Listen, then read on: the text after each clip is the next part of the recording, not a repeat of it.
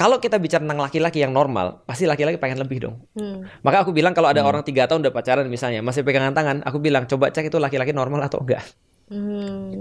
Karena kalau normal, pacarannya ibaratnya didasari nafsu gitu Ustaz ya. kalau laki-laki normal pasti begitu.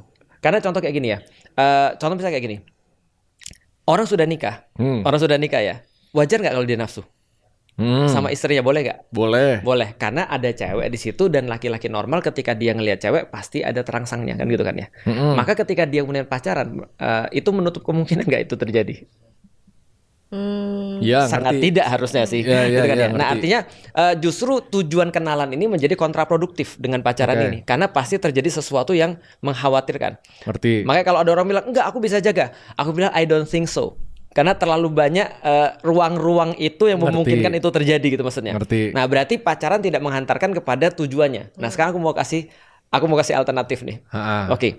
Gimana kalau kita bisa kenalan, tapi kita bisa meminimalisir seluruh efek-efek yang jahat yang lu bilang tadi. Oke. Contoh misalnya. Benar-benar boleh aku potong nggak? Oke. Ya, berarti pacaran untuk berkenalan. Kalau definisinya untuk berkenalan biar nggak salah pilih itu oke sebenarnya. Itu oke. Tapi karena pacaran sekarang di Indonesia pada umumnya adalah untuk Iya. gitu misalnya. Hampir semua. Kenapa ketawa sih? Itu normal sih. Iya, oke, anggap gitu kan. Itu yang salah karena jadi suatu proses membuat banyak celah untuk berdosa yang ujung-ujungnya tidak menyampaikan ketujuan. Betul. Gitu kan. Maka kita perlu konsep lain daripada pacaran dalam tanda Berarti kutip. harusnya bukan pacaran.